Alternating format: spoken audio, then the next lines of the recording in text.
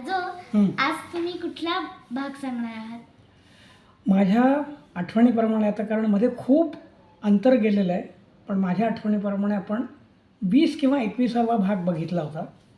तर आपण असं धरू की तो 21वा भाग होता आणि त्याच्यामध्ये पांडवांना स्वतंत्र राज्य मिळालेलं आहे इथपर्यंत आपण पाहिलं होतं. तर पण त्याच्या आधी आता बरंच मी जाणार आहे, कारण त्याचा संदर्भ पुढे येतो. तर पूर्वी बृहद्रथ नावाचा एक राजा राज्य करत होता मगध देशावर. मगध म्हणजे आत्ताचा जो बिहार म्हणून जो प्रांत आहे, साधारण तो भाग येतो. तर त्या मगधाचा जो राजा बृहद्रथ तो प्रचंड शूर होता. प्रचंड त्याच्याकडे संपत्ती होती, कारण मोठा राजा म्हणजे होता. पैसे होते त्याच्याकडे. आणि त्याचं लग्न वगैरे करायचं होतं. तर त्या काळामध्ये स्वयंवर असा एक प्रकार असायचा, तू पाहिलेला आहेस. रामायणातही आपण बघितलं स्वयंवर होतं. द्रौपदीच्या स्वयंवराच्या वेळी काय केलं तेही आपण बघितलं. आठवत आहे का काही? काय केलं होतं? द्रौपदीच्या याला अशी अट ठेवलेली असते की काय होत होती? बाण धरून खाली पाण्यात बघायचं आणि बाण मारायचा आणि वरच्या माशाच्या डोळ्यात तो बाण लागला पाहिजे. आणि मासा घराघरा फिरणारा होता. पाण्यात बघायचं, वरती बाण मारायचा, असं ते होतं. तर तसंच एक काशीराज नावाचा राजा होता. त्याच्या 2 अत्यंत सुंदर अशा जुळ्या मुली होत्या. जुळ्या मुली म्हणजे काय? ट्विन. तर ह्यांनी, हा जो बृहद्रथ होता यांनी त्या दोघींशी लग्न केलं. आणि तो अतिशय चांगला होता, म्हणजे राजा होता ते चांगलाच वागवायचा बायकांना.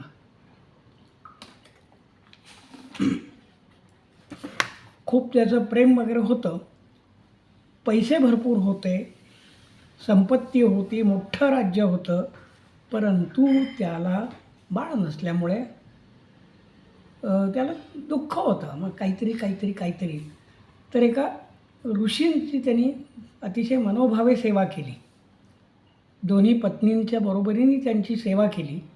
आणि मग त्या ऋषींनी त्याला एक फळ दिलं आणि म्हटलं, हे फळ तू घे आणि ते राणीला खायला दे, तिला सुंदर आणि चांगला पैलवान मुलगा होईल. तर त्या ऋषींनी दिलं, ऋषी निघून गेले. ह्याला 2 बायका होत्या. अर्ध काप ह्याने अर्ध कापलं, अर्ध एका बायकोला दिलं, अर्ध एका बायकोला दिलं. असं एवढं होतं, त्याला अर्ध कापलं, हिला. आणि त्याच्यानंतर त्यांना काही दिवसांनी असं लक्षात आलं की आता ह्यांना बाळं होणार आहेत. आणि ठरल्याप्रमाणे बाळं झाली. पण काय झालं, ते सफरचंद किंवा जे काय फळ होतं कापलं होतं त्याच्यामुळे बाळ सुद्धा कापलं होतं. अर्ध बाळ एकीला झालं आणि अर्ध बाळ एकीला झालं. आता असं कसं होतं, तर ते त्या काळात काही पण होत असे. नुसतं प्रसाद घेतल्याने सुद्धा जशी बाळं व्हायची तशी ती अर्धी पण झाली. आता हे कसं वाढवणार? पण त्यावेळी एक अत्यंत हुशार अशी तिथे नर्स किंवा सर्जन होती. खरं तर तिचं नाव जरा. ती म्हणली की काही एवढं अवघड नाही आहे, आपण यांना शिवून काढूया. आणि एखादा फाटलेला कपडा जसा शिवाव की नाही, असा टाके घालत इथून संपूर्ण, म्हणजे एका मुलीला डावा मुलगा झाला होता आणि एका मुलीला उजवा मुलगा झाला होता. तर तिने बरोबर मधोमध असं शिवून, आणि ते शिवलेले टाके पण दिसले नाहीत. ते जीभ पण सगळं शिवलं होतं, पण ते दिसलं नाही. इतके सुंदर टाके घेतले आणि भक्कम घातले, म्हणजे तो मारामारी केली तरी टाके तुटणार नाहीत, मुलगा फाटणार नाही, याची तिने काळजी घेतली. आणि अत्यंत सुंदर ते बाळ तयार झालं. आणि दोघी आया त्याच्यावरती तसंच प्रेम करायच्या. एक फार तर उजव्या बाजूला अरे करायची, दुसरी डाव्या बाजूला करायची. पण त्यांना कुठे माहिती होतं आपला डावा आपला आहे का उजवा आपला आहे, त्यांना माहीतच नव्हतं ना. त्यामुळे आणि मग पुढे तो प्रचंड पैलवान झाला, पण बाबांपेक्षा. आणि त्यांनी अनेक राज्य आपल्या ताब्यात घेतली. त्याला सम्राट म्हणायला लागले. पण तो थोडासा दुष्ट पण प्रकाराचा होता. त्याचं नाव काय होतं? त्याचं नाव ते महत्त्वाचं ते राहिलं ना, तर त्या राजालाही ते कळलं की जरा नावाच्या बाईनी आपल्या मुलाला सांधून काढलेलं आहे. सांधून म्हणजे एकत्र केलेलं आहे. मग जरेचं आभार मानण्यासाठी जरासंध. त्याचं नाव जरासंध ठेवलं आणि तो सम्राट झाला मोठा, असंख्य राज्यांचा राजा झाला. आणि नेमकं काय झालं, जे दुष्ट प्रकारच्या विचाराचे राजे होते ते जरासंधाच्या बाजूला गेले. तर त्या दुष्ट प्रकारच्या राजांमध्ये कृष्णाचा मेहुणा रुक्मी हा पण त्याच्या बाजूला होता. हं. कृष्णाचा भाचा आत्तेभाऊ शिशुपाल तो पण त्याच्या बाजूला होता. तर त्या जरासंधाचं आणि कृष्णाचं अनेक वेळा युद्ध झालं होतं. आणि कृष्णाने काय केलं, त्याच्याशी युद्ध करून कृष्ण त्याला पराभव करू शकला असता त्याचा, पण कृष्णाला माहिती होतं की ह्याचा मृत्यू हा आपल्या हातून होणार नाही आहे, हा दुसऱ्याच कोणाच्या तरी हातून होणार आहे. त्याच्यामुळे कृष्ण नेहमी असं दाखवायचा की आपण पळून गेलो. एकदा त्या युद्धामध्ये जरासंधाने प्रचंड मोठा अग्निबाण सोडला, म्हणजे तेव्हा आग पसरली सगळीकडे. हं. जे त्याला कळलं की कृष्ण या अरण्यामध्ये आहे, तर सगळं अरण्यच पेटवून दिलं त्यांनी. आता कृष्ण काय वेडा होता का, त्याच्याकडे पण सगळी शस्त्रास्त्र होती. त्यांनी पाण्याच्या लोंढ्याचं अस्त्र वापरलं आणि जेवढ्या ठिकाणी तो म्हणून हे झाला होता, आग लागली होती, ती सगळी आग विझली आणि सगळीकडे पाणी पाणी पाणी पाणी झालं. त्या पाण्यामध्ये जरासंधाचे हत्ती अडकून बसले, त्यांच्या घोड्यांच्या चाकांना गाड्यांच्या चाकांना काही करता येईना. आणि एवढ्यात हा कृष्ण पळून गेला. असं अनेक वेळा कृष्ण पळून गेला, मुद्दामून पळून गेला, कारण त्याला इतर लोकांना त्रास द्यायचा नव्हता. मोठं जर युद्ध केलं असतं तर इतर लोकंसुद्धा उगीचच मेली असती. कृष्ण म्हटलं माझ्यासाठी नका मारो कोणी, माझं मी बघून घेतो. त्याच्यामुळे हे त्याचे ते कृष्णाचे शत्रू होते ना, ते नेहमी त्याला पळपुट्या कृष्ण म्हणायचे. अरे तो गवळ्याचा मुलगा, अरे तो टांग्यात चालवणारा, घोडा चालवणारा, अरे तो पळपुटा, आमच्या जरासंध महाराजांच्या पुढे असं करणारा तसं करणारा, असा तो मोठा होता जरासंध. मग पुढे काय झालं की तो पुढचा आता फार महत्त्वाचा भाग आहे. तर जरासंधाने तर अनेक बायकांना त्रास दिला होता, तुरुंगात लोकांना टाकलं होतं. का पण? दुष्टच होता ना. माझा एका नाही तर त्या तुरुंगात.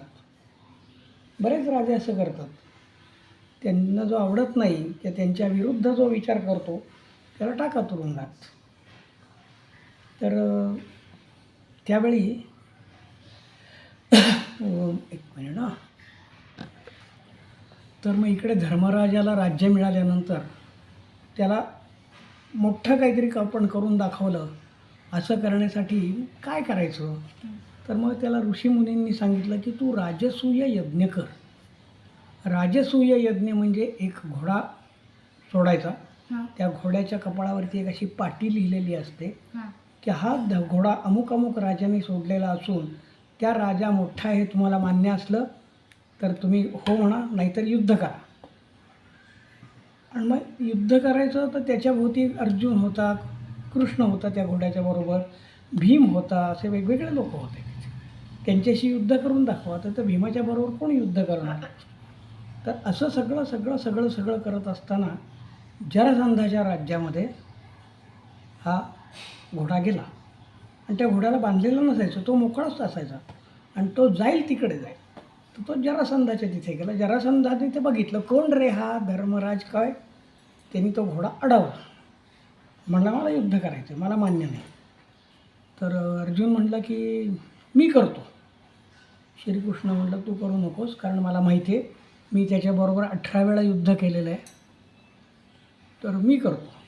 तर जरासंध म्हणलं ए पळपुट्या, तुझ्याबरोबर नाही, तू भेकड आहेस, भोक्कड आहेस तू, मी नाही तुझ्याबरोबर युद्ध करणार. श्रीकृष्णाला तेच हवं होतं. तो म्हणला मग या भीमाबरोबर युद्ध कर. हा जरा पैलवान दिसतोय, माझ्यासारखाच दिसतोय, असं केलं त्याने. जरासंध प्रचंड पैलवान होता आणि मग श्रीकृष्णाने सांगितलं भीमाला की जा तर कर सुरू युद्ध. आणि मग भीमाने पैलवानाचे कपडे घातले, जरासंधाने पैलवानाचे कपडे घातले, म्हणजे ते छोटे छोटे कपडे आणि त्याला कुस्तीला सुरुवात झाली. दणादण एकमेकांवर मारत होते, एकमेकांना मातीवर आपटत होते, असं करत होते, तसं करत होते. इतके दिवस त्याचं युद्ध झालं, इतके दिवस युद्ध झालं, ते दमले नाहीत, दोघेही दमले नाहीत. शेवटी असं एक वाटलं की आता भीम दमणार. पण जरासंध खरंच प्रचंड पैलवान होता आणि त्याने काय केलं, असं एक कागदासारखं काहीतरी घेतलं आणि असं केलं, त्याचे 2 तुकडे केले. तेव्हा भीमाला कळलं की या माणसाचे 2 तुकडे करायला पाहिजेत.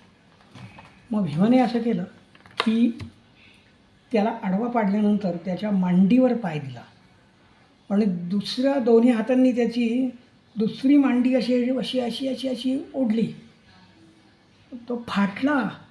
असे असे असे 2 पाय झाले त्याचे आणि एक पायावर हा उभा होता भीम आणि हाताने तो उचलतोय, तो इथं असा टरा टरा टरा टरा फाटला. ते सगळे जे टाके घातले होते, आता त्या जरेला काय माहिती की भीम याला फाडणार आहे, तर तिने आणखीन जाड टाके घातले होते, पण ते टाके नाही उपयोगी पडले. आणि जसं झीप उघडल्यानंतर 2 भाग होतात तसे जरासंधाचे 2 भाग झाले आणि भीमाचा जिंकलो जिंकलो जिंकलो करत. पण ते दोन्ही भाग इतके स्वतःला ताकद होती की ते दोन्ही भाग सरकत सरकत सरकत सरकत सरकत एकत्र आले आणि पुन्हा जरासंध उभा राहिला. पुन्हा झालं असं खूप वेळा झालं. भीम त्याला फाडायचा, तो जोडायचा, फाडायचा, जोडायचा. मग त्याच्या पुढे असं झालं की श्रीकृष्ण उभा होता. त्यांनी अशी एक काडी घेतली, अर्धी फाडली, एक या साईडला फेकली, एक दुसऱ्या साईडला फेकली. म्हणजे डाव्या बाजूची उजव्या बाजूला फेकली अशी आणि उजव्या बाजूची डावीकडे फेकली. ती जरी सरकत आली तरी ती जुळणारच नाही, जुळणार अशी ती कृष्णाला माहीत होतं. आणि मग त्यांनी भीमाला तशी खूण केली आणि मग भीमाने इकडून इकडे आणि इकडून तिकडे टाकलं आणि ते सरकत सरकत आले, पण ते काही चिकटले नाहीत आणि त्याच्यामुळे तो पराभूत झाला आणि देवाघरी गेला. मग त्याची जी हाडं होती ना, अस्थी शरीरातल्या, तर शकुनी मामाला कळलं की हा जरासंधाची परिस्थिती आहे, असं गेला. तर शकुनी मामनी गडबडीने त्या हाडांचा 2 हाडं त्यातली मोठी काढून आणली. तेवढं पुढे काय करायचं ते ठरवू म्हणले. हा दुर्योधन म्हणलं आपण ह्याचं काय करणार आहे, उपयोगी पडतील. आणि मग त्या हाडांचा फासे करतात ना, फासे असे असे असे असे असे खेळतात बघ तुम्ही, काय टाकता तो क्यूब, डायस टाकतात, तसे ते फासे असतात. आणि त्याचा वापर त्यांनी फाशासाठी केला, जरासंधाच्या हाडांचा. आणि मग त्या फाशांचा काय वापर केला ते आपण आता पुढच्या म्हणजे 23व्या भागात बघणार आहोत. 23व्या भागामध्ये द्यूत असं त्याचं शीर्षक असेल, नाव असेल, ते आपण बघू. तर आता खूप दिवसांनी केलेला हा 22वा भाग जर तुम्हाला आवडला असेल तर लाईक करा, शेअर करा आणि सबस्क्राईब करा. तोपर्यंत बाय बाय.